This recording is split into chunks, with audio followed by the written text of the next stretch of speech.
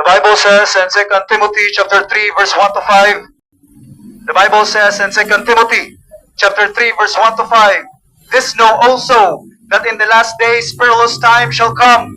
For men shall be lovers of their own selves, covetous, boasters, proud, blasphemers, disobedient to parents, unthankful, unholy, without natural affection, truce breakers, false accusers, incontinent, fierce, despisers of those that are good, traitors, heady, high-minded, lovers of pleasures more than lovers of God, having a form of godliness, but denying the power thereof.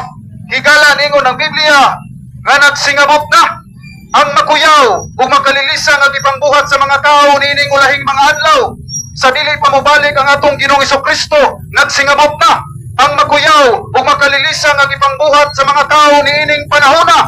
Number 1, higala ang mga tao na higugma sa ilang kaugalingon, ang mga tao na higugma sa ilang relihiyon, ang mga tao na higugma sa ilang profesyon, ang mga tao na higugma sa ilang tradisyon, pero walay relasyon sa atong Ginoong Hesukristo.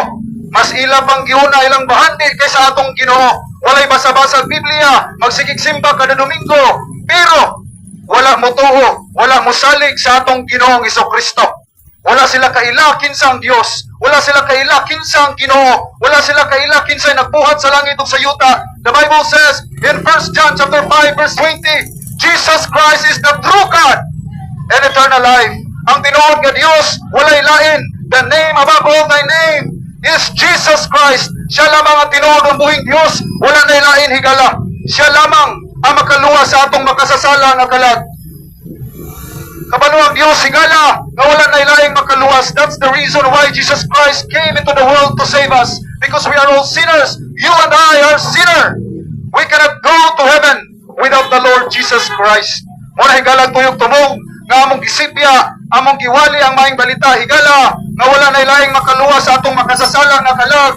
Ang mayong balita higala nga si Kristo Jesus namatay tungod sa atong mga sala ug siya gilubong ug sa ikatulo ka adlaw na banhaw sumala sa mga kasulatan nga naay 500 kapin ka mga testigo nga nagpamatuod nga ang atong Ginoong Hesukristo siya lamang ang buhing Dios, siya lamang ang Ginoo nga nabanhaw gikan sa mga patay, siya lamang ang makaluwa sa atong makasasala nga kalag. He is the Savior, He is the Redeemer, He is the Holy One. Jesus Christ is the Prince of Peace. Jesus Christ is the King of Kings and Lord of Lords.